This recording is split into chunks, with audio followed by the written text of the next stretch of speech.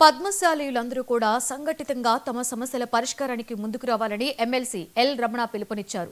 LB నగర్లోని వనస్థలిపురంలో నిర్వహించిన 23వ పద్మశాలి దసరా మేళ కార్యక్రమానికి ఆయన ముఖ్య అతిథిగా హాజరయ్యారు. ఈ కార్యక్రమంలో చిన్నారుల నృత్యాలు, మహిళల ఆటపాటలు ప్రత్యేక ఆకర్షణగా నిలిచాయి. ఆట పోటీలలో గెలుపొందినటువంటి మహిళలకు రమణ బహుమతుల ప్రదానం చేశారు.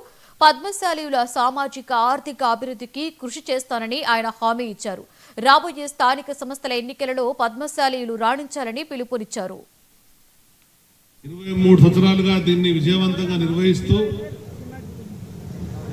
దేశ విదేశాలలో ఉండేటువంటి పద్మశాలీలకు ఒక ఆదర్శవంతమైనటువంటి కార్యక్రమంగా చేస్తున్నటువంటి మీ అందరి యొక్క కృషి పట్టుదల జరగబోయేటువంటి స్థానిక సంస్థల ఎన్నికలలో చట్టసభలలో ముందుకెళ్తుందని చెప్పని, రాబోయే అసెంబ్లీ పార్లమెంటు మహిళా రిజర్వేషన్ వస్తుంది కనుక అందులో మన వాళ్ళ అవకాశం వచ్చే విధంగా నేటి నుంచే మనందరూ కూడా కృషి చేయాలని చెప్పని, ఈ మధ్యన తెలంగాణలో కానీ కాశ్మీర్ నుంచి కన్యాకుమారి వరకు కానీ ప్రతి ఒక్కరూ కోరుకునేటువంటిది అన్ని రంగాలలో అందరికీ సమాన అవకాశాలు రావాలా, ఎవరి జనాభా ఎంత ఉందో జనాభాకు అనుగుణంగా అన్ని విధాలా ఎదగాలనేటువంటిదే ఉన్నది కనుక దానికి అనుగుణంగా మన వాళ్ళందరూ కూడా వివిధ రంగాలలో ఉండి వైద్య రంగం కానీ, విద్యారంగమే కానీ, సాంకేతిక రంగమే కానీ, ప్రధానంగా వ్యాపార రంగంలో కానీ ఎదుగుతున్నటువంటి క్రమంలో మరింత ముందుకు ఎదగాలని చెప్పని, ఇటువంటి మేళాలు